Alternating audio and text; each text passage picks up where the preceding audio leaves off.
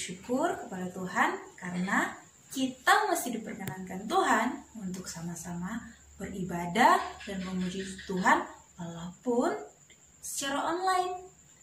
Untuk itu kita perlu bersyukur ya adik-adik. Nah, hari ini aku mau tanya, adik-adik punya sobat nggak? Kalau sobatnya adik-adik itu gimana sih? Baik nggak sama adik-adik? Kak Iki punya seorang sobat yang selalu baik kepada Iki. Baik itu dalam susah maupun senang. Kira-kira adik-adik tahu nggak siapa? Namanya Yesus.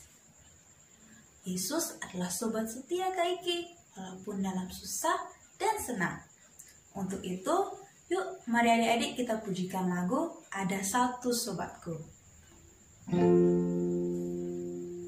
Ada satu sobatku yang setia,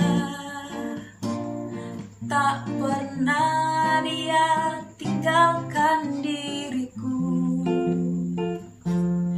Di waktu aku susah, waktu ku sendirian, ia selalu menemani diriku. Namanya Yesus, namanya Yesus, nama Yesus yang menghibur hatiku. Namanya Yesus, namanya Yesus, nama Yesus yang menghibur hatiku. Sebelum kita memulai ibadah sekolah minggu hari ini, mari kita berdoa. Tuhan Yesus, kami yang baik, kami mengucap syukur Tuhan, karena Tuhan telah menjaga kami dari malam yang panjang, dan Tuhan boleh membangunkan kami di pagi hari ini dengan keadaan sehat, dengan keadaan baik. Tuhan, tibalah saatnya kami akan memulai ibadah sekolah minggu kami. Kiranya Tuhan boleh memberkati dan melindungi kami sehingga kami boleh dari awal, pertengahan, dan boleh mengakhiri ibadah sekolah minggu kami dengan baik. Dalam nama Tuhan Yesus Kristus kami telah berdoa dan mengucap syukur. Amin. Sekarang Kak Iki punya sebuah tebakan nih. Coba deh tebak. Apa yo? Ciri-cirinya seperti ini. Aku adalah sebuah alat transportasi. Aku beroda 2 dan tidak bermesin. Aku punya sadel dan pedal. Klaksonku berbunyi seperti ini. Kring, kring, kring. Kira-kira apa ya? Udah bisa jawab belum? Kayaknya adik-adik semua pada tahu deh.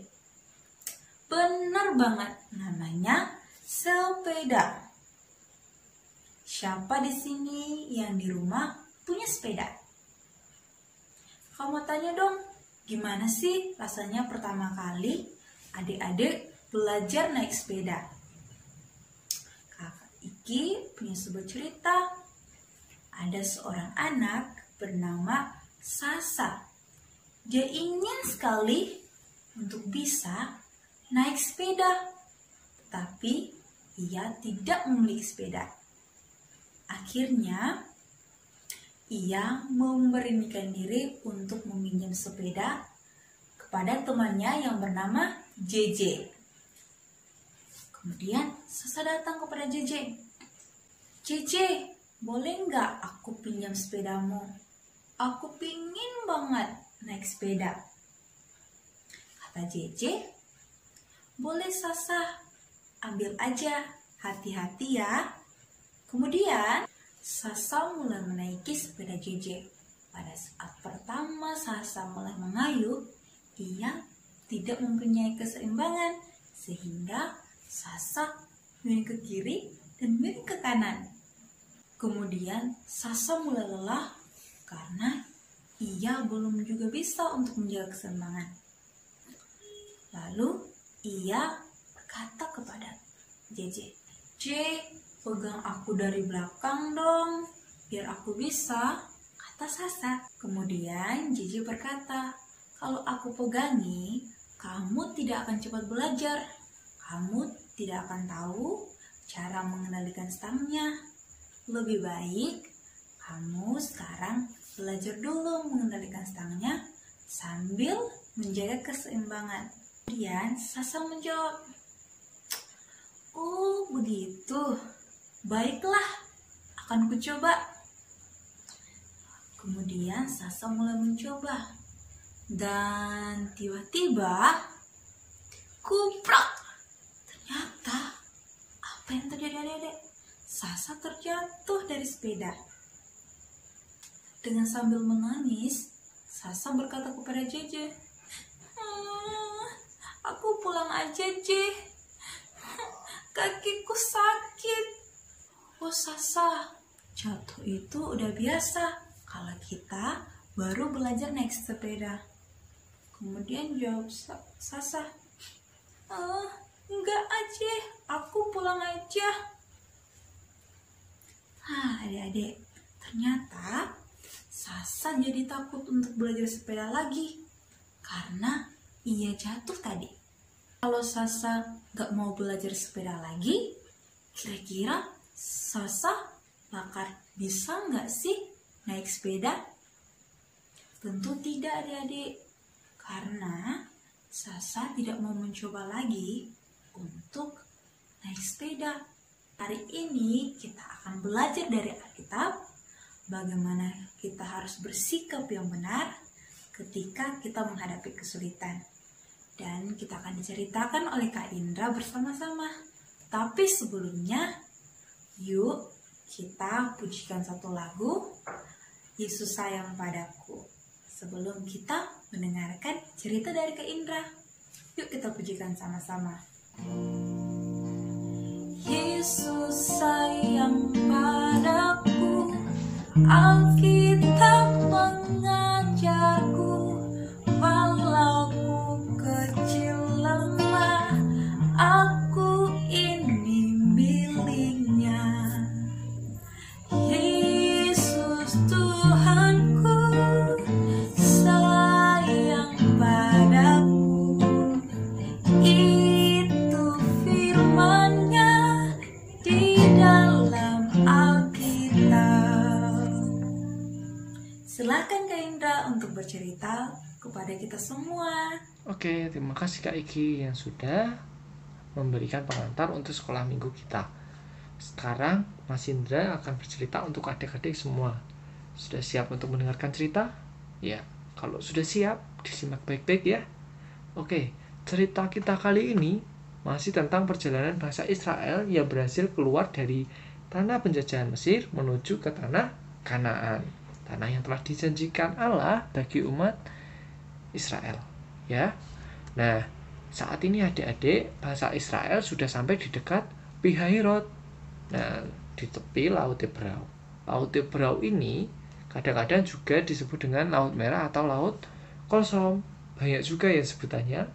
Nah, Allah memerintahkan bangsa Israel untuk berkemah di sana. Kemudian adik-adik, Raja Firaun yang tadinya melepaskan bangsa Israel untuk boleh keluar dari Mesir, sekarang tiba-tiba dia berubah pikiran adik-adik. Dia menyesal karena sudah melepaskan bangsa Israel dari perbudakan. Kemudian Raja Firaun menyiapkan 600 kereta kuda yang terbaik untuk mengejar dan menangkap orang-orang Israel kembali. Ya, Raja Firaun dan tentaranya sudah semakin dekat dengan rombongan bangsa Israel. Ya, karena sudah semakin dekat adik-adik bangsa Israel, ya jadi takut. Apalagi mereka sudah mendengar derap kereta kuda bangsa Mesir. Nah, lalu bangsa Israel tadi mulai bersungut-sungut dan marah kepada Musa. "Musa, bagaimana ini? Tentara Mesir mengejar di belakang kita, sementara laut ada di depan kita. Kita semua akan mati. Biarkanlah kami menjadi budak orang Mesir saja seperti dulu." kata bangsa Israel. Mereka terus bersungut-sungut, adik-adik. Tetapi Musa tetap percaya kepada Tuhan. Musa tetap percaya pada penyertaan Tuhan. Ia kemudian berkata kepada bangsa Mesir, ya, jangan takut, berdirilah teguh, Allah akan menyelamatkan kita. Musa berkata apa? Jangan takut, berdirilah teguh, Allah akan menyelamatkan kita. Nah, adik-adik, bagaimana ya cara Allah menyelamatkan bangsa Israel? Padahal tidak ada jalan lain selain melewati Laut Teberau atau Laut Kosong yang ada di depan mereka. Karena di belakang mereka ada tentara Mesir yang sudah siap untuk menangkap mereka. Ya, tetapi bagaimana ya cara mereka melewati Laut Teberau atau Laut Kosong yang luas dan dalam itu?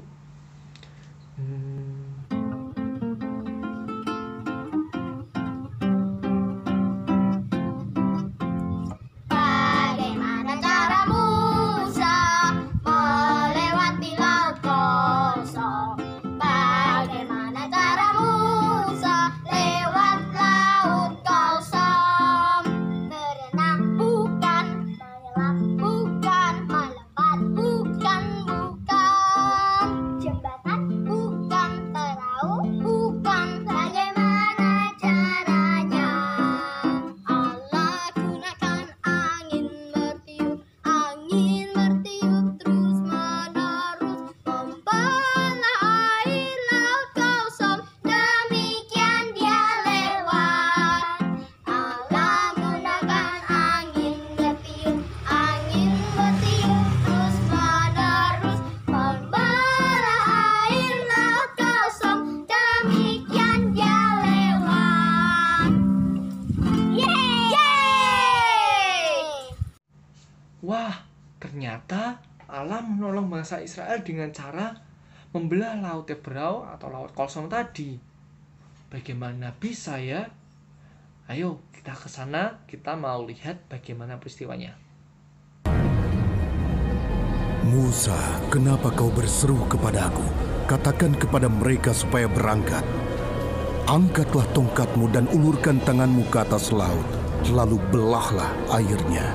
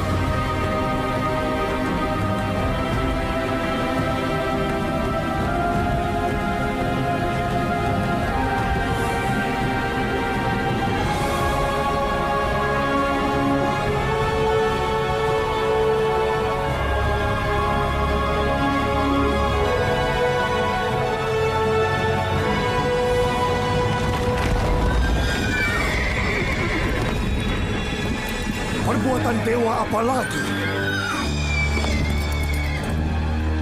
Apa yang kalian tunggu? Kejar mereka!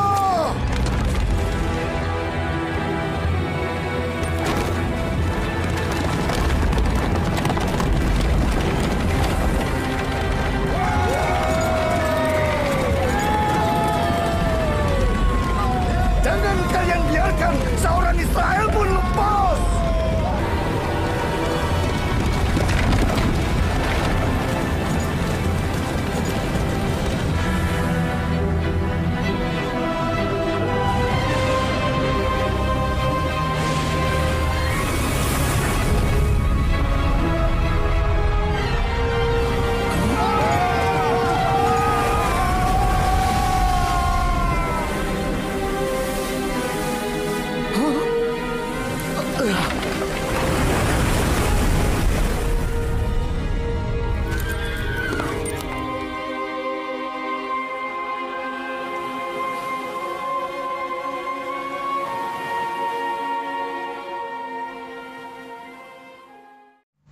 Nah, begitu adik-adik. Allah menolong bangsa Israel dengan cara membelah laut yang ada di depan mereka.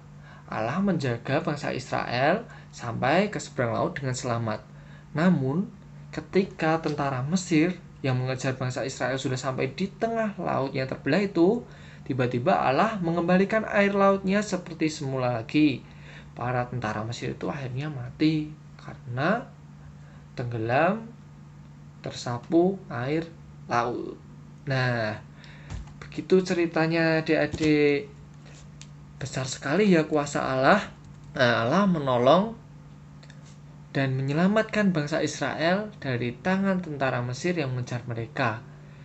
Nah, adik-adik tadi perhatikan tidak apa perbedaan sikap antara bangsa Israel dengan Musa ketika menghadapi masalah di depan mereka. Iya, betul adik-adik. Bangsa Israel banyak bersungut-sungut, marah-marah, dan mengeluh dalam menghadapi kesulitan di depan mereka. Tetapi Musa tetap percaya bahwa Allah akan menyertai dan menyelamatkan mereka. Menurut adik-adik, sikap mana yang baik? Sikap bangsa Israel yang bersungut-sungut atau sikap Musa yang tetap percaya pada penyertaan Allah? Ya, kita semestinya percaya pada Tuhan. Ya, kita percaya bahwa Tuhan akan terus menolong dan memampukan kita untuk menghadapi setiap kesulitan yang kita hadapi. Nah, seperti Sasa yang tadi diceritakan oleh Kak Iki. Ia sedang kesulitan dalam belajar sepeda. Kalau dia tidak mau berusaha, malah banyak mengeluh, bersungut-sungut, kapan coba bisa naik sepedanya. Nah, adik-adik, di dalam kehidupan kita nanti akan menghadapi banyak kesulitan dan tantangan. Sikap kita sebaiknya tidak perlu marah-marah, bersungut-sungut, ataupun mengeluh. Namun, kita harus tetap berani dan percaya kepada Allah, karena Allah akan terus menyertai dan menolong, serta memampukan kita dalam menghadapi permasalahan kita. Nah, untuk itu adik-adik harus tetap semangat ya dalam menghadapi permasalahan dan jangan mengeluh. Tetap percaya kepada Allah. Kita mau akhiri sekolah minggu pada hari ini. Sampai di sini dulu cerita Alkitabnya. Tapi sebelumnya mari kita berdoa. Selamat pagi Bapak, kami mengucap syukur karena Tuhan sudah menyertai kami dari awal, pertengahan, hingga akhir sekolah minggu ini Tuhan. Tuhan, ajarlah kami untuk terus percaya kepadamu karena kami yakin bahwa Tuhan akan selalu menyertai kami, memberikan kekuatan kepada kami dan memampukan kami dalam menghadapi permasalahan kami. Ajarlah kami untuk tidak mengeluh dan terus berserah kepada Tuhan.